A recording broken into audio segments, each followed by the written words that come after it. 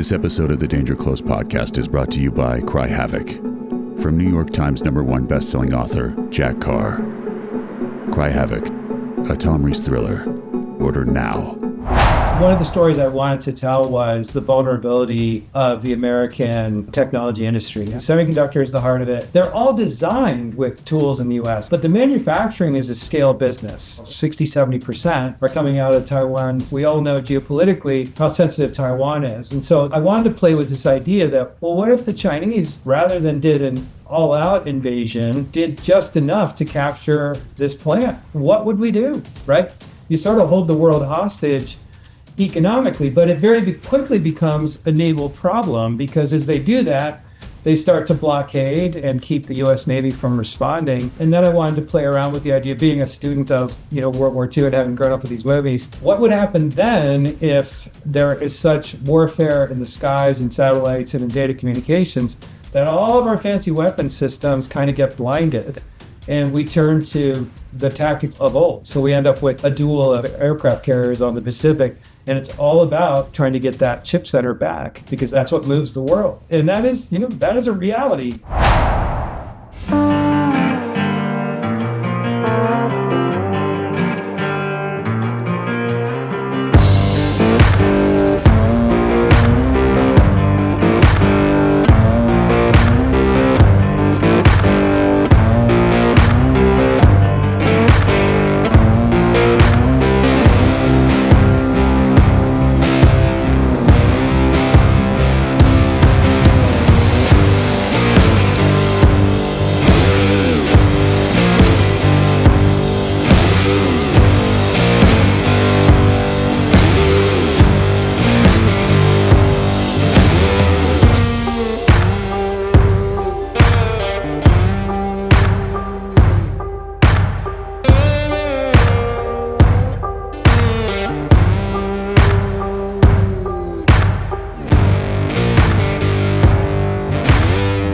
Mike Woodward, thank you so much for being here. This is awesome. I think I'll just start by saying former Naval Intelligence Officer, current author. We've got a little something working together that I can't wait to announce in the coming months. But I read The Handler, and I loved this book. It is so awesome. There's 2 in the series right now, Dead Drop and Handler. I hope there'll be more, but so well done. Before we get to how you settled on wanting to write, take me through the path into the Navy. What drew you to naval intelligence? Yeah, well, growing up, I just liked history a lot. I think my dad liked war movies and things like that, and I became fascinated with the war in the Pacific and just sort of naval stuff. And then as a kid, I read things like Horatio Hornblower and Patrick O'Brien and Treasure Island. It was really taken with the romance of the sea, and we lived for a time in San Diego, and of course you're around the Navy quite a bit when you do that, and so for all those reasons, I think by the time I was a sophomore in high school, I just wanted to be a naval officer. At first I thought I wanted to be a pilot because Top Gun came out, and then ended up with a ROTC scholarship as a way to put myself through school, and got commissioned that way. At some point, I was actually injured, which is how I ended up in intelligence. I was in flight school and suffered an injury, unfortunately, but I was still able to stay and serve, and that turned out to be a wonderful thing. Oh wow, I didn't know you were. So you're in flight school, and yeah. What was the injury? Do you mind me asking? Screwed my back up. A stupid thing, and it required. It was kind of genetic, but it ended up requiring surgery. And I remember at some point, I was for aviation, you go to this first thing called Aviation Indoctrination, AI, and you're down there in Pensacola. And I remember finishing AI, and I wasn't cleared to go back and finish and get my wings, but I was cleared to finish AI. And I remember this Marine colonel who ran the school, and I was like, hey man, can't we work something out here, And I seriously considered because this is 1991, so sort of pre-computer days, and or pre-digitization days, I should say. And so I had this file, and I seriously thought about just ripping medical stuff out of the file, You could have. And then I figured, then you're just a liar.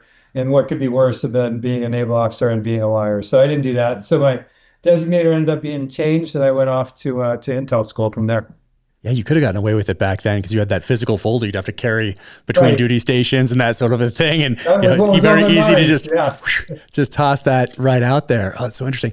Were your parents readers? Did you grow up around books? Were you introduced to reading by your parents? My mom was quite the reader. She always had a book in her hand, and we like to go to the beach a lot. And to me, the beach equated to reading, and that was just how I always put myself to bed. I was often inspired not just by fiction, but also nonfiction as a kid. There used to be biographies they would do that were sort of young adult level. Mm-hmm. And I was quite taken with those and got a lot of inspiration out of them. Yeah. What movies were you watching with your dad back then? Like Longest Day, and do you watch Victory at Sea? Of course, that was not a movie. Victory at Sea, yeah. My dad used to fall asleep in his easy chair to that. We used to watch, I remember Tora. I probably... Midway, I think, which is like 1973 or something like that. Guns of Navarone and Force 10 from Navarone. Nice. Like both of those. Pretty much, it was a steady diet of World War II growing up as a kid in the 70s. And by the way, I can remember, I think about this a lot, how 20 or 30 years feels like a really long time when you're young. But I look at it now and I go, the 90s, wait a minute, I remember what I was doing in the 90s. And if I put myself in the 70s, it makes more sense to me that a lot of my school teachers had served in World War II, et cetera. It's just not, it wasn't as far back as it's starting to feel now. All right. I remember it feeling a long way back then in the late 70s, early 80s. It seemed like World War II was ancient. And then you really go think about that time, and it really wasn't that long ago.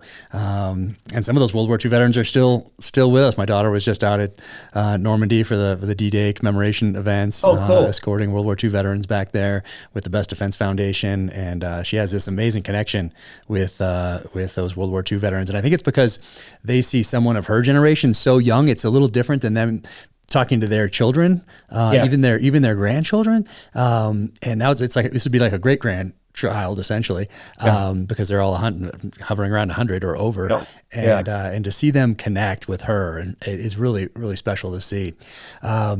But you did that. I thought you might say when you were in flight training that it was a stormy night and you're coming in on the F-14 and the carrier's rocking and boom, eject, and then you had the back injury and you have to go to Naval Intelligence. No, I wish it was that cool. But you find your way to Nimitzi, to the Naval and Marine Corps Intelligence Training Center, Dam Neck, Virginia.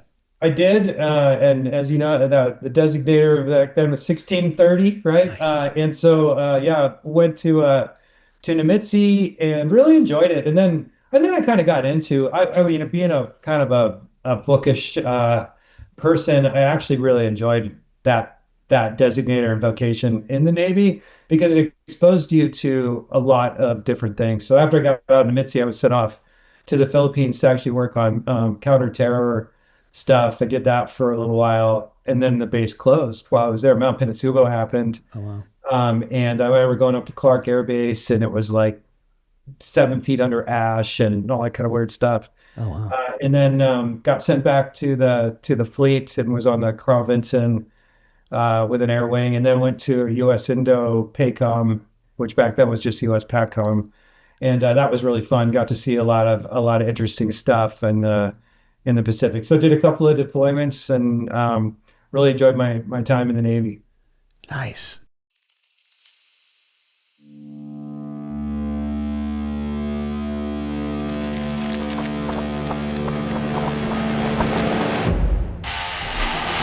Since 2003, Bravo Company Manufacturing, founded by a U.S. Marine veteran in Heartland, Wisconsin, has been crafting mission-ready weapon components for professionals who demand reliability. Trusted by U.S. Special Operations, law enforcement, and responsible citizens worldwide, BCM gear is engineered and tested to perform in the most unforgiving environments. Every BCM tool is built and tested as if your life depends on it. Go to Bravo Company USA for more information.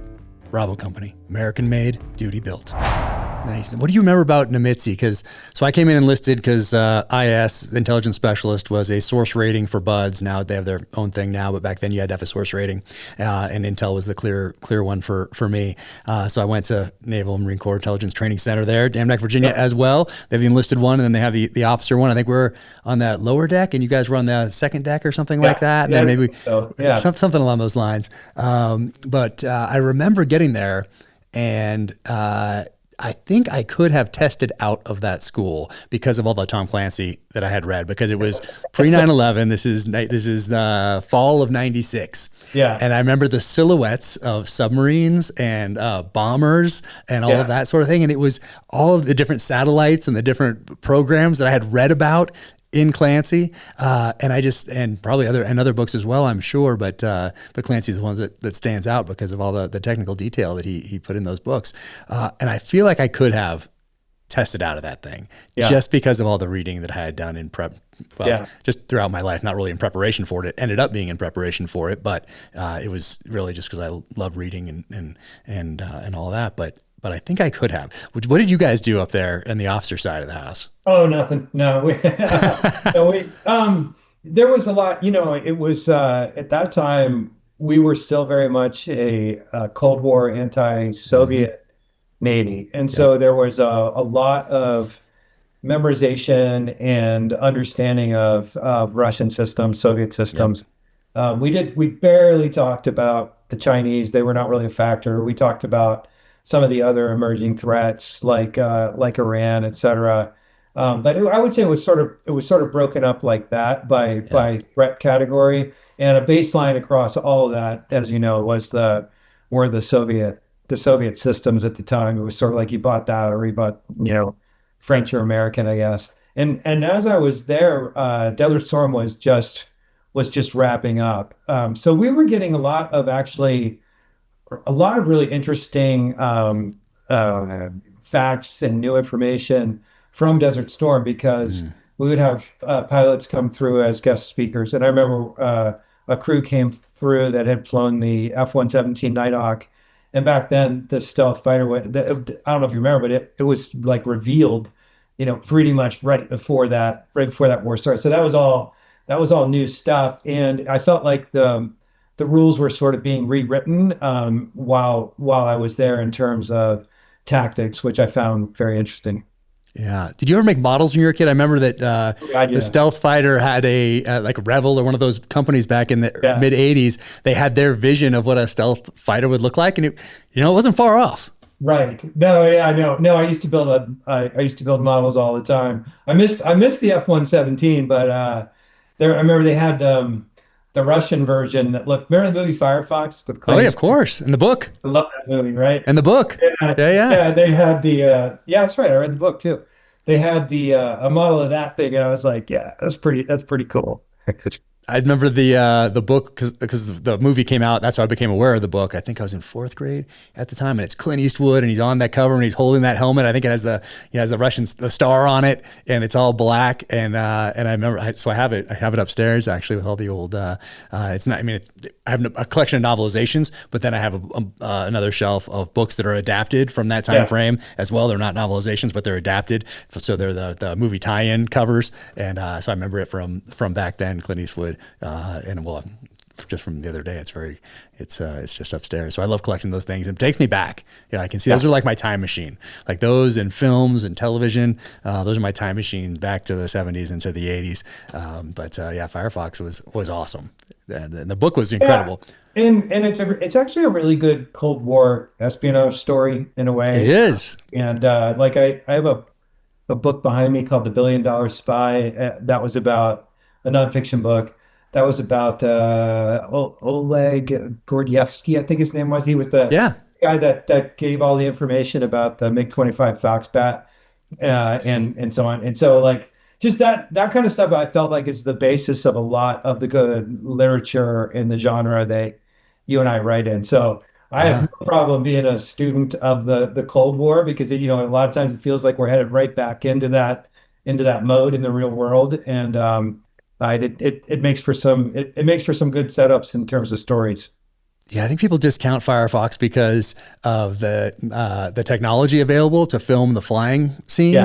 Yeah. But if that had been like on par with things today, and then you Right. had the espionage story at the outset for the first half at least of the film, but I think it was marketed as like an action film. But then when people got in the theater, it was like, why is this moving so slowly? It's like it's a Le Carre novel. Like, when is something going to happen? Yeah. And when's Clint Eastwood going to shoot somebody? And it's that old that espionage type of whether it's a book or a film. It just takes a little while to get moving. It cracks me up. Yeah, it cracks me up that we're talking about this because probably 2 years ago I was like, I think I want to rewatch Firefox. And right, and how it works now, right? You start searching through like what streaming service has it. None of them had it, and so I had to I forget how I got it, but it was a bit of a chore, and so I ended up getting it. I think it was for sale for like $8 or something. I ended up getting it and watching it, and I thought, man, you know what? This is a spy novel more than because it starts with that trope of the special guy who's up in Alaska and he's damaged and Mm-hmm. come back for one more mission, right? It's one guy and he's the only guy and there's the vital thing they have to get. I mean, it's got all the elements. So big fan of that whole story. Yeah, I know you could redo it today, but then it has to be a period piece. So you have to take some people don't really like doing that as much, tend to shy away from it, but you could make a really cool movie today with just how we can film the action parts versus how they could do it back then. So you have to watch it through the lens of 1983 or whenever that movie came out. You can't watch it through the lens of today and judge it through that lens. It's just you're not going to have an enjoyable viewing experience if you do that. It's kind of a miserable way to watch things anyway, or to go through life for that matter. Yeah. What did you do when you wanted to leave the military? What did you know? Did you know what you were going to get into? Did you know you were going to go into tech, or what was your path? Yeah, like I said, I loved the Navy. I loved the way that in that designator we got to, I was on, got to do stuff on submarines. I got to be with Marines sometimes, et cetera. Spent a lot of time in aviation. So you sort of felt like, as somebody who wanted to write one day, you sort of felt like this observer, almost like a journalist. I felt very, very fortunate. But it was the late 90s by then, and the Navy was a shrinking business, right? Like we were getting smaller. It had built up in the Reagan administration, now was coming down during the Clinton administration. It was sort of the Cold War, or what do they call it? The peace dividend, right? That peace dividend. That's right. I hadn't thought about that in a while. And so things were shrinking, and I just thought, there's so much opportunity in commerce, and it feels like there's this is a shrinking business, and I had spent so much time learning about cutting edge communications as an intelligence officer. We're beaming images around the world, we're beaming video around the world, we're dealing with satellite technology and data communications, et cetera. So I went and got my MBA at night while still with US PACOM, and went off into tech, into the data communications world, and it was good timing. It was before the big crash in '99, so people were hiring like mad, so they were willing to take somebody on who had military experience but no real business experience, and that ended up being very fortunate for me. Oh wow! And then how did you wind up at Amazon? So once you're in tech, it's sort of this river where all things flow. And I would say that the river for me went something like this. When I first started, Cisco was the most valued, who makes routers, the most valuable company in the world. It was all about networking, right? Data networking. And I got into data networking. And right around that time, I went to work for Motorola. And right around that time, that turned into wireless. And then it was all about wireless. And so I was in the wireless industry, in semiconductors and phones, and with telecommunications carriers, AT&T specifically. But then it became pretty clear that the digitization of everything, it's really these handful of internet companies that are going to control sort of the content and the storage and transmission of data. Everything else is sort of commoditized. Was my read on the situation. So I started to actually angle towards what, do you want to me, the companies were Google, Amazon, Microsoft and Meta, Facebook at the time were the big ones, but primarily those first three. Microsoft and Amazon both happen to be in Seattle, where I live. You have friends that have done this, et cetera. So I ended up over at Amazon, really owning the relationships with the telecommunication providers because that's where I'd come from. And just as I got to Amazon, it was shifting from becoming really a shopping business to at least on the consumer side, a content business. And so much of what I ended up dealing with was Prime and Prime Video, and that sort of catapulted me into this end of the business. And it was international. Was it international side of it that you were in? Yeah. Basically, we were small. This is 2013. We had 2 originals, something like that, and they were they weren't that good. But the company was investing billions of dollars in these originals, and so then it became a matter. And the thought was originals are strategic, right? You can't be like Amazon has Amazon Music, but so does Apple Music, so does Spotify. It's all the same catalog of songs. So in video, the thought is, no, you have to create your own content. That's your differentiator, so that you can attract subscribers. And in Amazon's business, once you attract those subscribers, they become Prime members. They're more likely to shop, and you can see how the entire thing feeds itself in a giant flywheel. So my job was to really go out to the telecommunications carriers around the world and say, hey, here's something you should consider distributing, because they were all looking for content to make their businesses more interesting. At the time, our competitor was Netflix, and Netflix was tying up deals with all these wireless and cable companies around the world, and I was right there in the mix with them. So we ended up doing business in, more than 40 countries. By the time I left, it was a great time to be there because it was all just sort of taking off. Wow.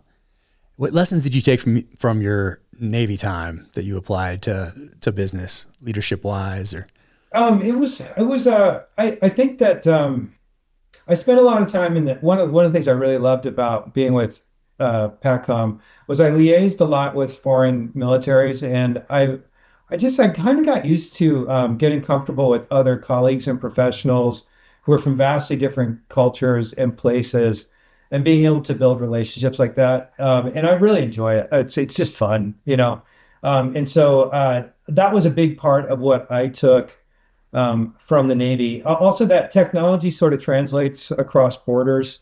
Content translates across borders. We're not so different, even though we're far away, and technology keeps making that world a lot smaller. And so I felt that when I was dealing with allied militaries, and I felt the same thing in dealing with these giant telecommunications companies, which are normally like the monopoly carrier within Indonesia or wherever, right, with hundreds of millions of customers. Like they're a big deal, but I was sort of used to talking to people like that.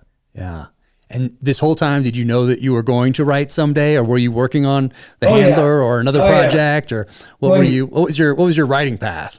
I'd love to ask you that question too. But for me, I probably tried to write my first novel at age 12. Nice. And then in the Navy, and the Navy gave that a go, and I would never make it past like page 40 before going, this is terrible.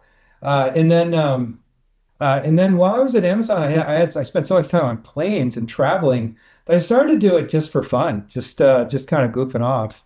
That was when I returned to it, because you get a little older, you get a little wiser, and you start feeling like, hey, I think I could approach this differently than I had before. And a big turning point for me, by the way, was by working for Prime Video. All of a sudden I'm dealing with creators and helping market creators and meeting creators. And I started to look at storytelling as, more of a product, right? More of a business. And then as soon as I started thinking about it as a product, you're like, okay, well, what would I do with any other product? I've been in business for decades at this point. I would analyze what's successful, what customers want, and start thinking about it in that way, as opposed to, I'm going to be Ernest Hemingway and write this sentence in such a way it blows people out, right? You really start thinking about the story as a package or a product. And that was something that was very formative for me. Oh, that is interesting. And so when did you start the Handler? And was the Handler the first one that you really put all your efforts into? Or was there something else along the way? Right before the Handler, I did attempt historical fiction, just because I like history.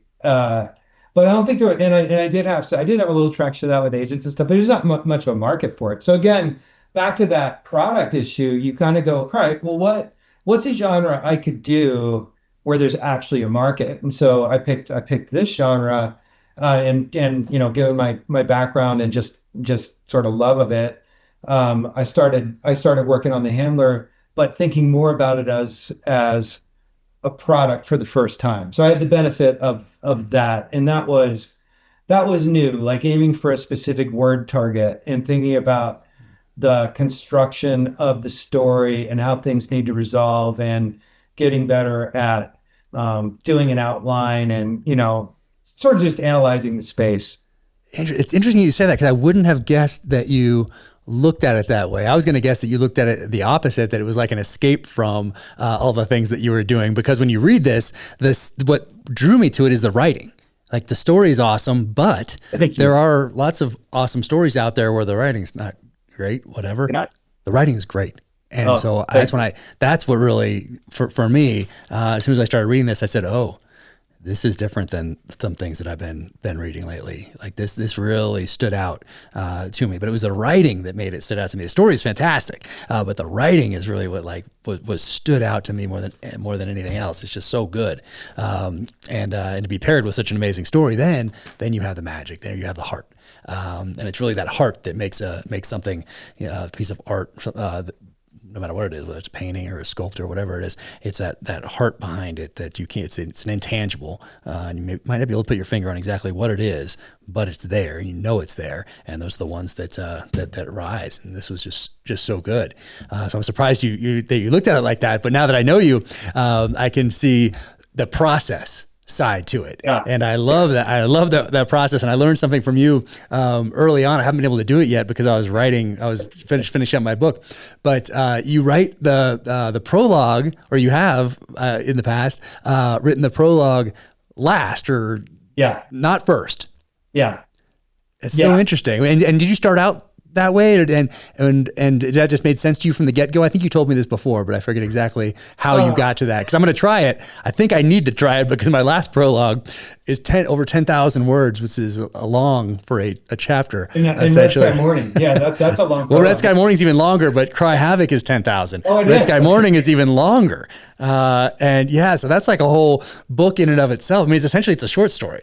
Both my last two prologues have been like short stories in and of themselves, and have taken a long time, both of them. I think a prologue should be like its own little story, right? Because you're getting introduced to a character that you may or may not see in the rest of the story. Mm-hmm. Sometimes it won't, right? Or they die or something, but it's a significant event that kicks something off.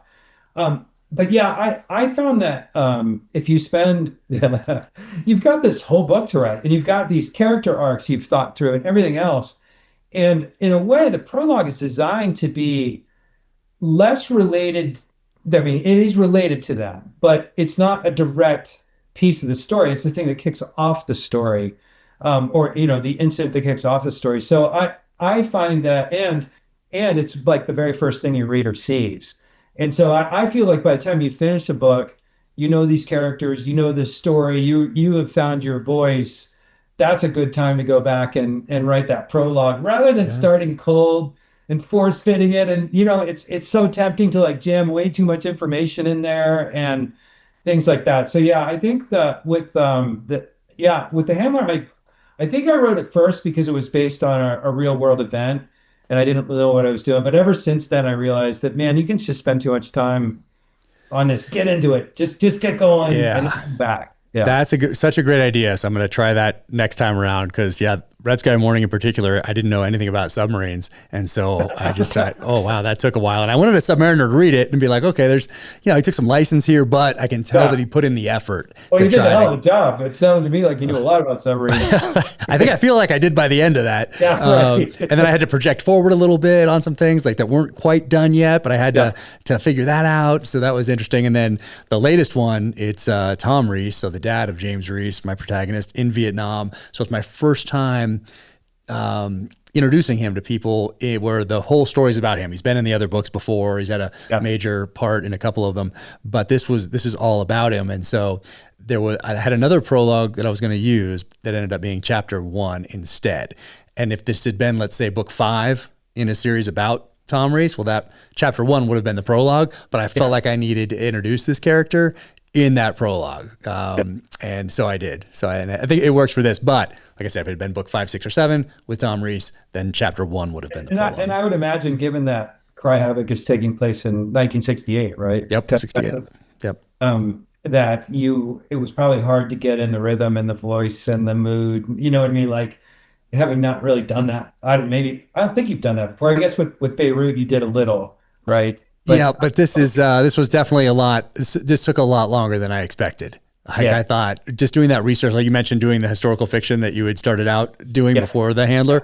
So this turned into historical fiction, 1960. And I didn't look at it in those terms when I started. I thought it's just a story like the others, but it's set in 1968. So I'll add some flavor with 1968. I've done things similar to that before, but not for a whole book where it's focused on capturing the feel of that era. And especially it's the bloodiest year in the American involvement in Vietnam. And there was just so much happening in that year. And you want to figure out how to incorporate that and how's that going to impact the characters and how they're viewing the situations that they're in. Because you have the Pueblo, you have Bobby Kennedy is in June, and you have Martin Luther King, and you have LBJ saying he's not running for re-election, and you have the Democratic National Convention, and you have riots across the country, and all of these things simmering. And that's just the United States. We have the war in Vietnam. We have in France. We have the Gaulle government essentially on its last legs in that spring. You have the Prague Spring. You have the Soviet invasion of Czechoslovakia.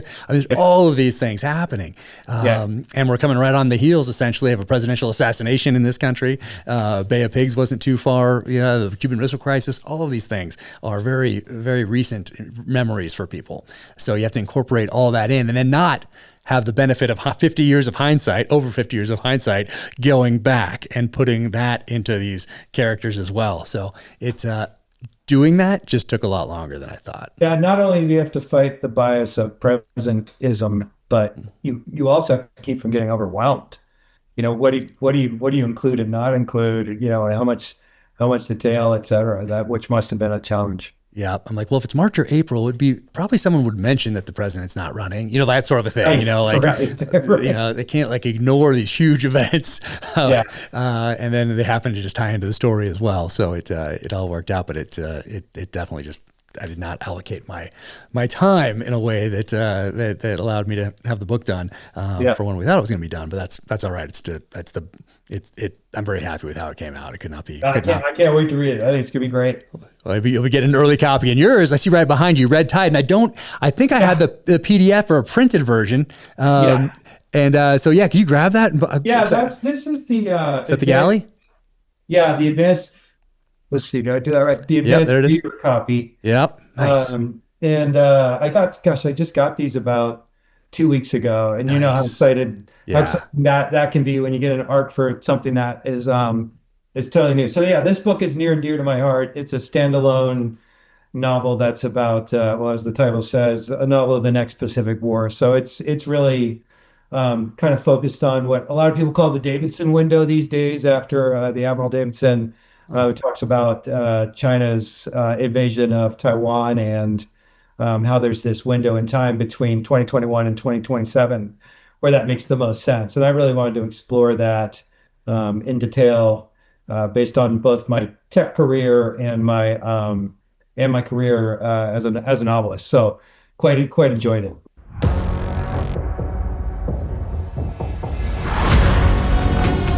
The 6 Sauer MCX Spear LT. With reduced IR signature coating, folding stock, fully ambidextrous controls, SIG suppressor ready, and interchangeability with all MCX LT barrels and handguards. Pairs perfectly with the Tango 6T optic, selected by US SOCOM in 2017 as the squad variable powered scope. This setup is ready to go. The 6 Sauer MCX Spear LT. 6 Sauer. Never settle.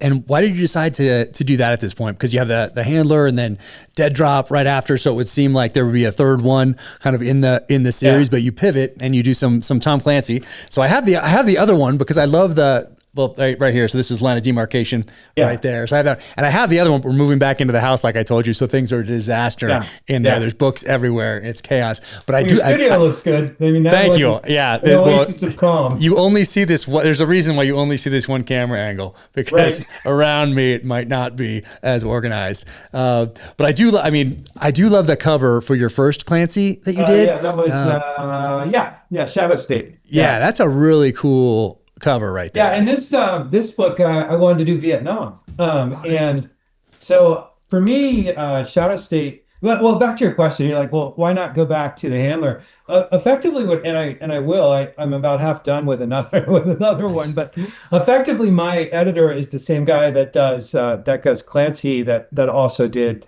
these other series, and he asked me, hey, would you take over these Clancy books?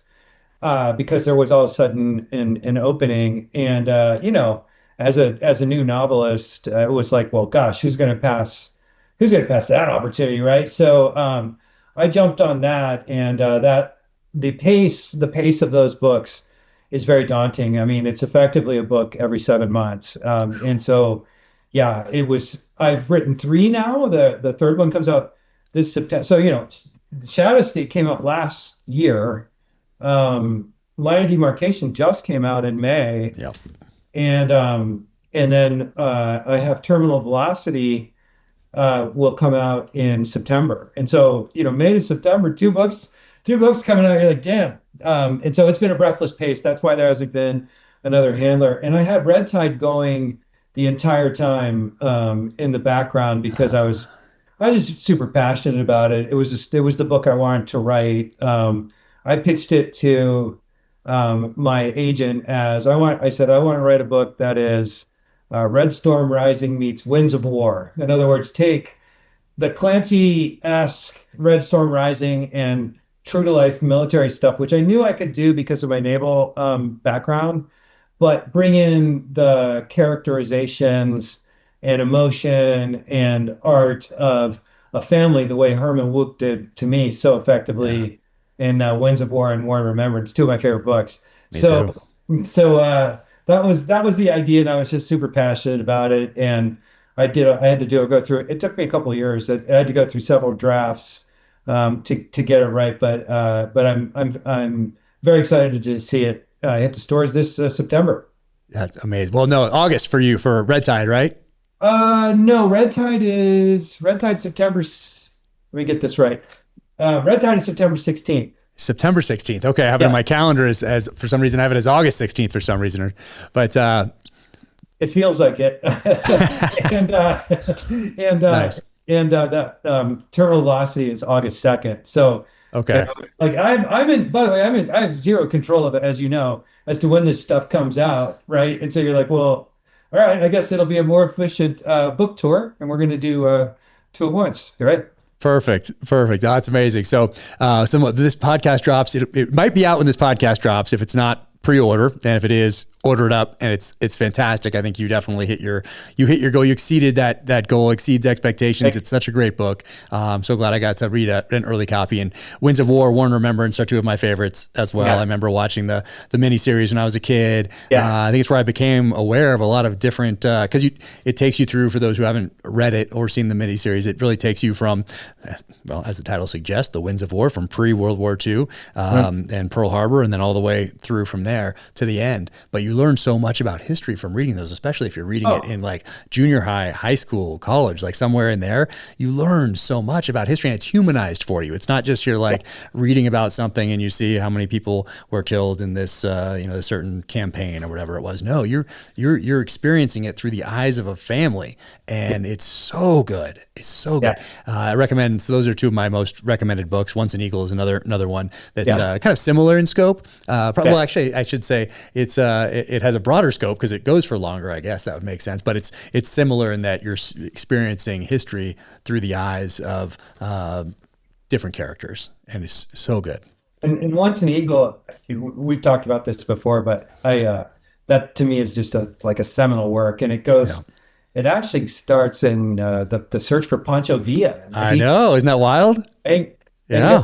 it goes up just to the edge of Vietnam with Yeah. one sad Sam Damon, like one of Yeah. my favorite characters. I just think it's such a terrific book. And I know it's taught at West Point, or at least the edition I have, I think is from like USMA Press or something. So, Oh, really? Okay.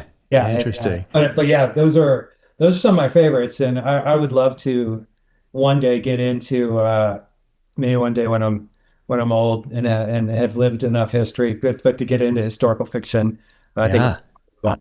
Yeah, you should. You'd be fantastic at it. And how about for the handler? Let's go back to the handler. So it's your first one. You have to be super excited about it. It's getting published. How did you get all the spycraft and the tradecraft and all of that in there? Because it really rings true, and it's such a great story. Like I said, I hope everybody goes and gets it. But what kind of research did you do for that one? I did.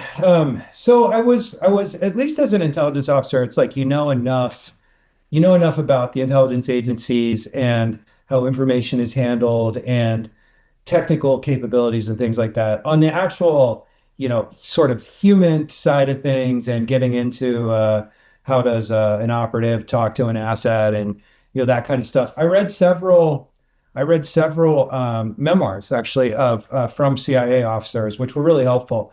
And for me, it was like, look, if you take these surprisingly informative memoirs, which I don't know if the CIA went, hey, you can't publish that or what, but I mean, I read a couple from former CIA officers and also a couple from former assets from Iran, other countries.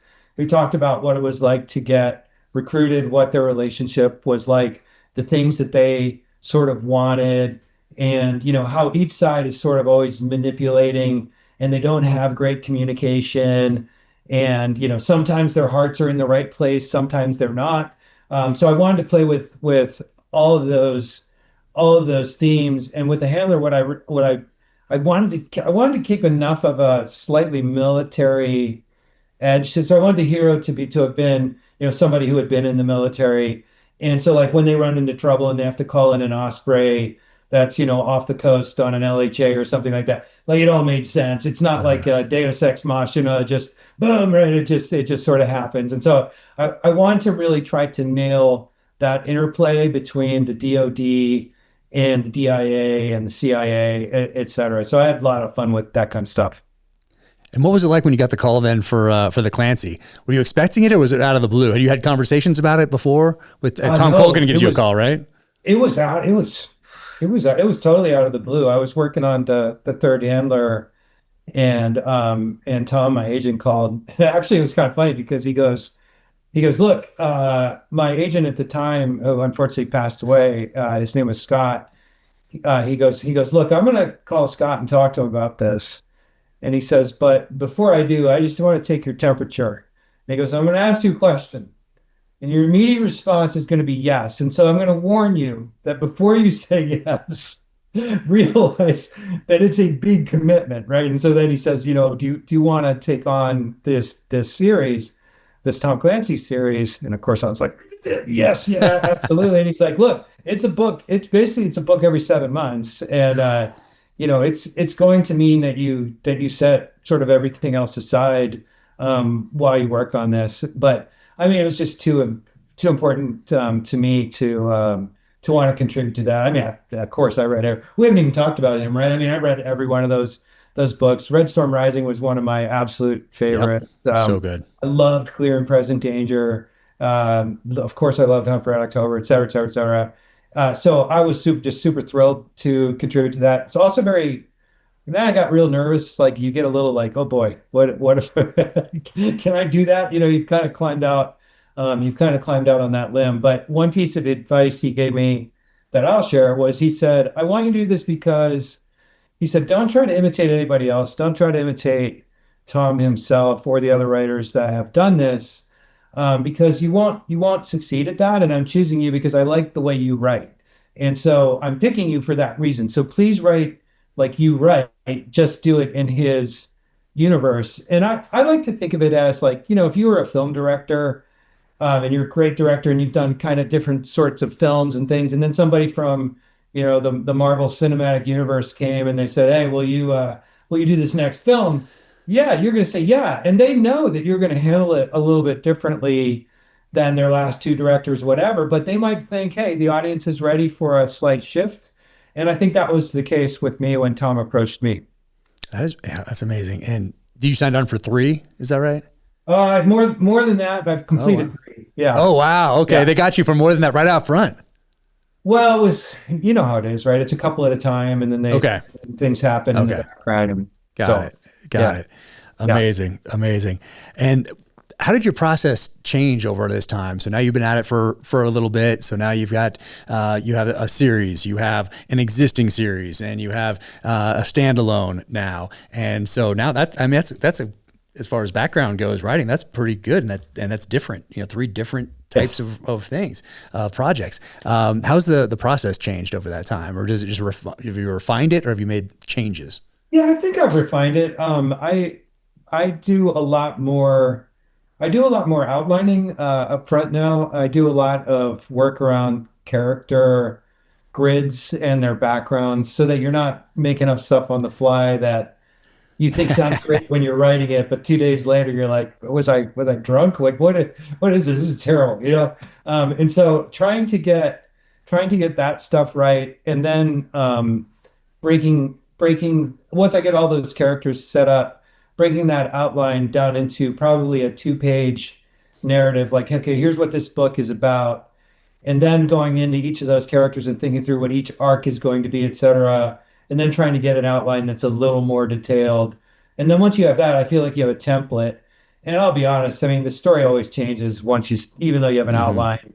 Oh yeah. It comes to life, right? And pretty soon I feel like the characters are pushing your pen, not the other way around. Yeah. That's what happens. But I think without that prep up front in terms of process, it would feel very despairing. Like, how am I going to get from here to here? Or have I gone into a blind alley? Or are these last 3 chapters a waste of time? That's the worst feeling in the world. So having an overall roadmap, I think, is pivotal to the process. Yeah, I love that too. I got that roadmap. I know where I'm going. I know some high points along the way. I have a few things worked out, a few things I haven't, and that's okay because there's a year to figure it out. Or in the case of the Clancy book, 6 months maybe. But in my case, about a year to figure it all out. And I know I will figure it out during that time frame, so I don't let the outline hold me up. But I find that's very useful to know the destination at the very least when you sit down to type. Now, for Red Tide in particular, what are some of the things you learned during your research that either surprised you or maybe frightened you for the future, maybe, or some vulnerabilities you weren't aware of before, or what stood out to you as far as the story? I'm gonna gratuitously hold the book up. Yeah, no, absolutely. Just a little visual cue there. Yeah. I wish I had it here. One of the things one of the stories I wanted to tell was the vulnerability of the American technology industry, having spent so much time in technology. And I worked, keep in mind, I was a senior executive for a smartphone company that was Taiwanese, HTC, if anybody remembers HTC. And so I spent quite a bit of time in Taiwan, and in the smartphone industry and really the rest of tech. These are all devices that are built around semiconductors. Like, the semiconductor is the heart of it. Everything else is just sort of there to support that brain. And in business, because producing semiconductors is a scale business, I think people don't necessarily understand that all the great Silicon Valley firms, the names that we know, with the exception of Intel, but all the other firms, Apple will come out and they say, hey, this is the new M1 chip, right? Or, you'll hear about NVIDIA or whoever, and whatever great new chip they are. They're all designed with tools in the US, and the intellectual property is all in the US and from Silicon Valley, and the brain power is there in the US. But the manufacturing is a scale business. And anytime you have a scale business, the efficiencies of that scale are legion. And in the case of semiconductors, that is especially true. And so we're talking about machines that are so specialized that they are among the most expensive machines on Earth, or most advanced machines on Earth. They're in facilities that have, a billionth of a grain of hair, can damage this facility. So they're air scrubbers and all these things. They're really super specialized, and they're all coming out of, well, 60-70% are coming out of Taiwan Semiconductor Manufacturing Corp, TSMC, in Taiwan, and there's a handful coming out of Korea and a few other places. But the vast majority are coming out of Taiwan. Well, of course, we all know geopolitically how sensitive Taiwan is, and so the story I really wanted to tell was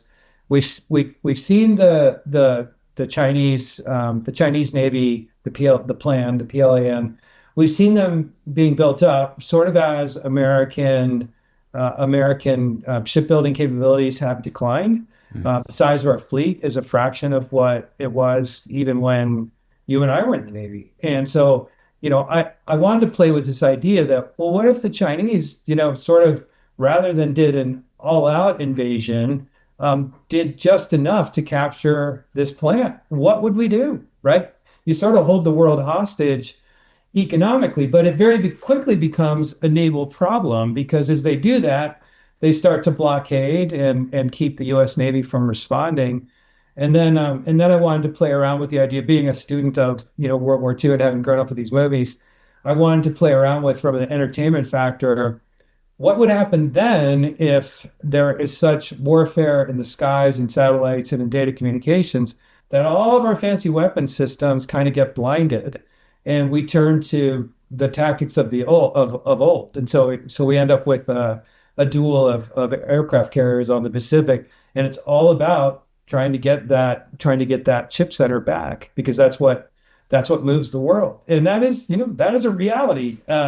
So I knew that going in, and that's the story I wanted to write. In terms of what I learned, this is coming out with the Naval Institute Press, who out of Annapolis, and they were the first publisher of the Hunt for Red October, and they do the Naval Proceedings magazine, etc. And they have a different process, which I really came to appreciate.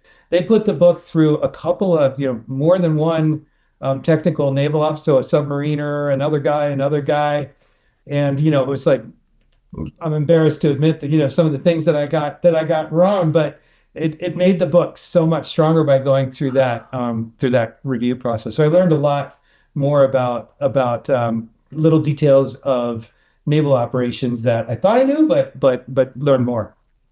Wow, they must do that with preceding articles too. I think preceding articles a lot of times are written by the experts themselves, right? But still, that was a lot. I found that I need to get checked on like things that I thought I knew. Because you think you know it for so long. Like if you teach something for so long, you're a part of it, and you've made an assumption somewhere along the way. Yeah, and exactly. I can see it. Because I've caught myself on it a couple of times. Like, oh wow, I didn't realize that really meant that, or something like that. So I can see it. I wonder. I guess I should say I wonder if they take proceedings articles and check them, just to sanity check them and make sure. I think Naval Institute's an interesting organization, because it's a nonprofit. It exists to advance thought leadership and conversation on strategic naval matters, and they felt that Red Tide did that, and I'm honored that they did think that, because I wanted people to think about it this way: like, if we don't invest in this, in our Navy, in our fleet, we do have this vulnerability that is very serious. And I've lived it on the naval side, and I've lived it on the technology side, and somebody needs to sort of wake up. And Congress isn't blind to it. I pay attention to those that subcommittee that Congressman Mike Gallagher started about the PRC and stuff, and they talk about these vulnerabilities. But I often feel the dots aren't connected for the public, and I thought that something like a novel and entertainment was a good way to do that, and I'm glad that Naval Institute agreed. How did you target them, or did your agent say, hey, we should look, or did you tell your agent, hey, I think we should look over here? They did Tom Clancy's first book, and like, were you were aware that it was an option for a thriller? I actually targeted them, because there's not necessarily a natural a natural fit for a book like that with the publishers that we know so well. And, publishing is business, right? And they go, look, if we put this title out there, there's a certain readership that's going to go and do this, et cetera, et cetera, et cetera. So when you come at something that's like, look, this is fiction, but it's military war fiction with an edge of realism that is trying to make a point, and it's trying to make a point, and it's bringing along emotion, et cetera, along the way. But that didn't necessarily line up with, the publisher of the Handler series is Berkeley. It didn't necessarily line up with Putnam, who really looks after Tom Clancy and doesn't necessarily want to, sort of change the Clancy franchise, et cetera. So I thought the Naval Institute Press was a really good fit for it. And it turns out that they've been wonderful. But I think the book would be half as good, let's put it that way, had I not had them as the publisher, just because of those technical reviewers. Wow, that's amazing. And so cool that you're in that Tom Clancy lineage and now in a couple of different ways. I mean, with Naval Institute Press and Hunt for Red October. And I'm fortunate enough to have a signed first edition from them, signed by Tom Clancy. Oh, that's cool. Upstairs. Yeah. So it's just that's really cool that you have two touch points with the Clancy universe. And who knew? I mean, no, it's good. Look, it's a dream come true for me. I feel grateful and fortunate every single day. And I just want to do a good job for him. Oh, it's amazing. It's amazing. The family in Red Tide. Tell us a little bit about the family that the story centers around. So I wanted to make it, we tend to write heroes who have, 14-inch biceps and can kill 13 people with 2 trigger pulls and so on and so forth. I wanted to make this about a surface warfare officer who was kind of on a naval staff. So he had visibility to staff, but he wasn't necessarily a voice that everyone listened to. And he was kind of on his way to retirement, but he's the patriarch of a family where he has one son that flies F-18s. He has another who he has some conflict with, and that son didn't want to, go to Annapolis. And so he's off in the Merchant Marine. And then he has a daughter who's an engineer who's gone to the University of Hawaii. And so what I wanted to portray with this family was something along the lines of, where when you read War and Remembrance or Winds of War, you sort of come away with, wow, there's a lot of good people who joined this fight, right? This existential struggle. And I wanted to create a family where the reader might ask themselves, do I know people like this? Where are we going to get, if there is another existential struggle, where are we going to find good Americans like this? And will they rally to the cause? And what I wanted to show was that Will Cole, the patriarch, he is one of those guys. He's already going to rally to the cause. But I like the idea, and so is one of his sons, but I like the idea of the other 2 children not being so close to the military, but understanding what was at stake and then rallying to the cause. And I saw a lot of that when I was, a lot of families like that when I was in the Navy. Is this something that you're going to continue doing standalone type books like this with maybe Naval Institute Press, or are there any thoughts about next steps here with that side of the house? Yeah, they asked. I am working on another one that is a little bit more of the singular hero, but takes on somewhat similar naval themes. I would probably. I don't know if I'll return to military fiction anytime soon, just because. It's a lot to think, like, oh, okay, are we going to blow up the world again? And I wanted this to be a very realistic, like, hey, this is a no kidding scenario, it's not pure fiction. I can see myself maybe doing it again in 2 or 3 years. But for now I have kind of a lot on my plate. So, probably not till then.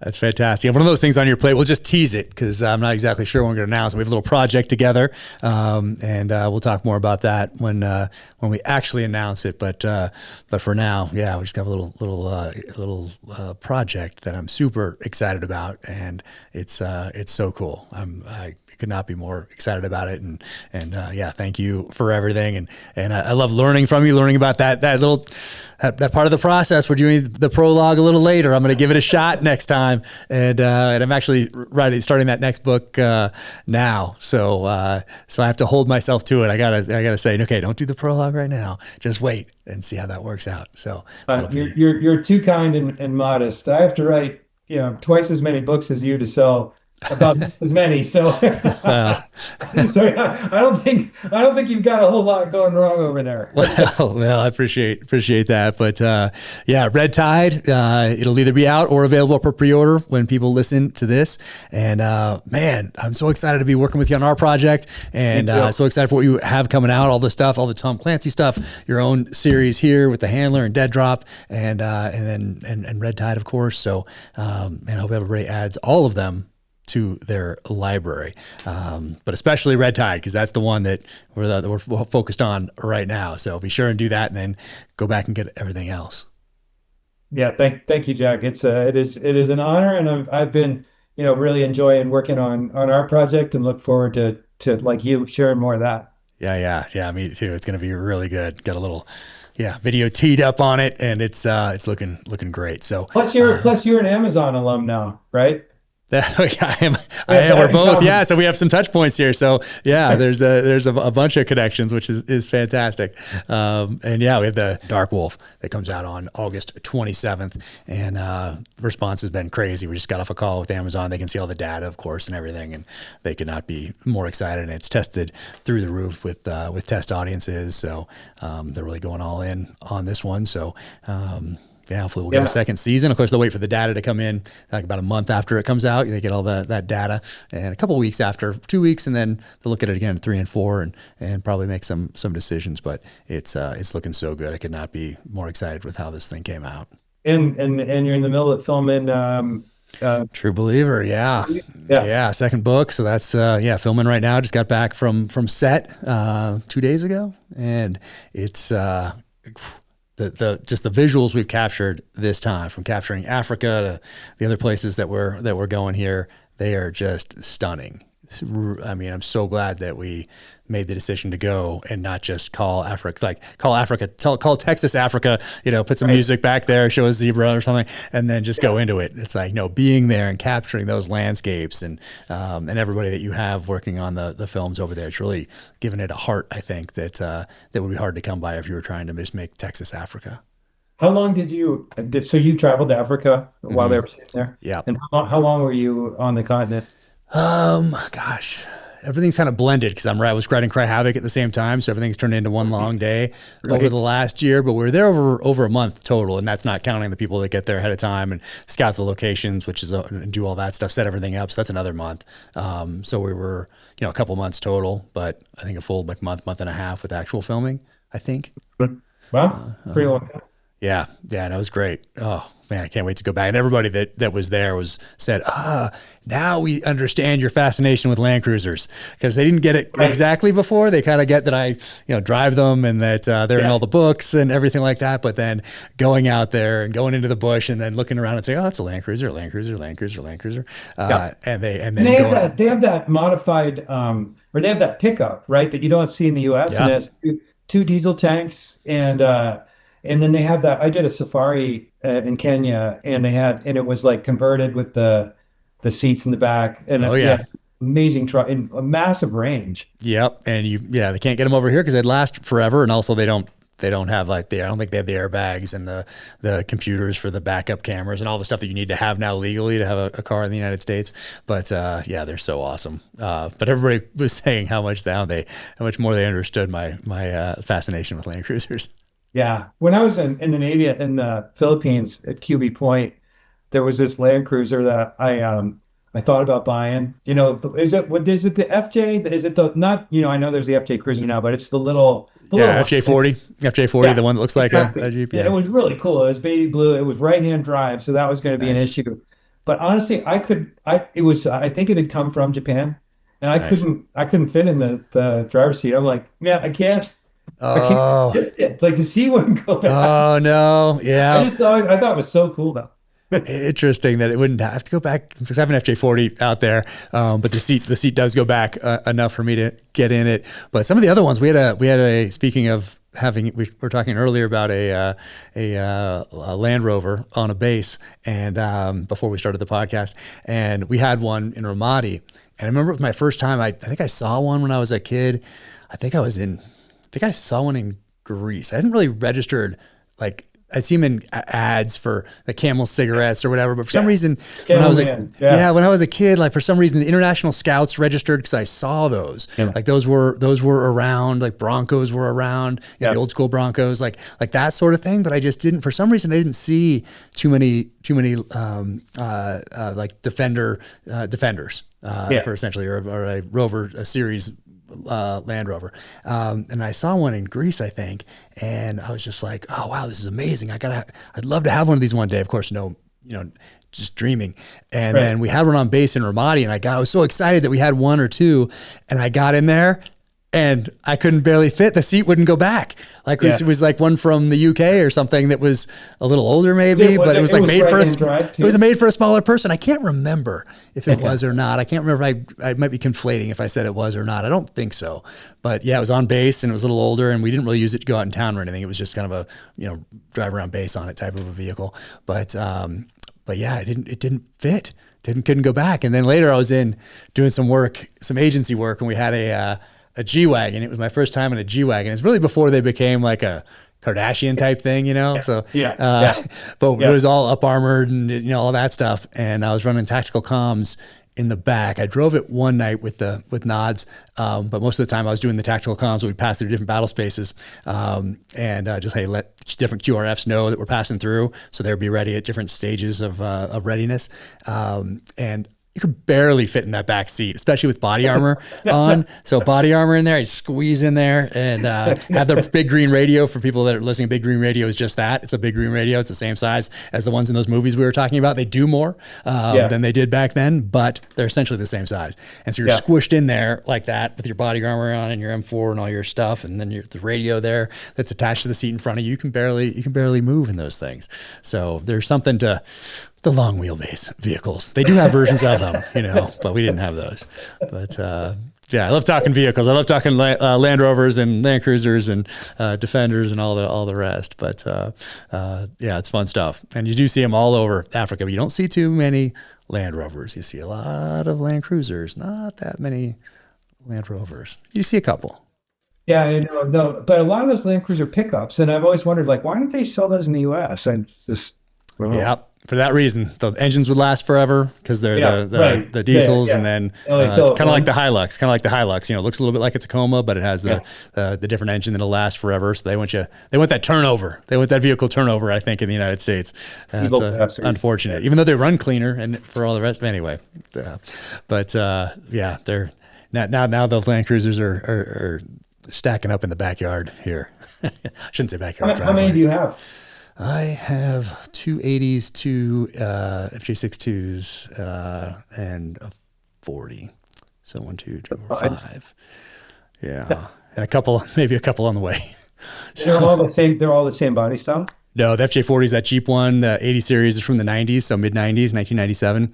And then the FJ62s are both of mine are 1988. But the one from the show, I have the one from the show that James Reese, that Chris Pratt drives in the TV show. So I have that. But my wife is very happy that is on loan to the Land Cruiser Museum down in Salt Lake City. So they have the Land Cruiser Museum down there, and so they have taken it off our hands for a moment, and so that's out of the driveway. James Reese was really written as just a vehicle for a vehicle, right? And then the race character, Rover guy, I mean, exactly. But hey, having grown up with all these TV shows that had essentially vehicles as characters, it just has made sense to incorporate something like that into my books, just because I'm such I guess I'm a product of that time. But from the Dukes of Hazzard to the General Lee, and even the helicopters, Airwolf and Blue Thunder, and you have the A-Team van, and you have the Magnum Ferrari and the Miami Vice Ferrari, and you have the Simon and Simon truck, and you have every show kind of had its own vehicle. Starsky and Hutch, of course, before that. You're right. Fall Guy truck, of course.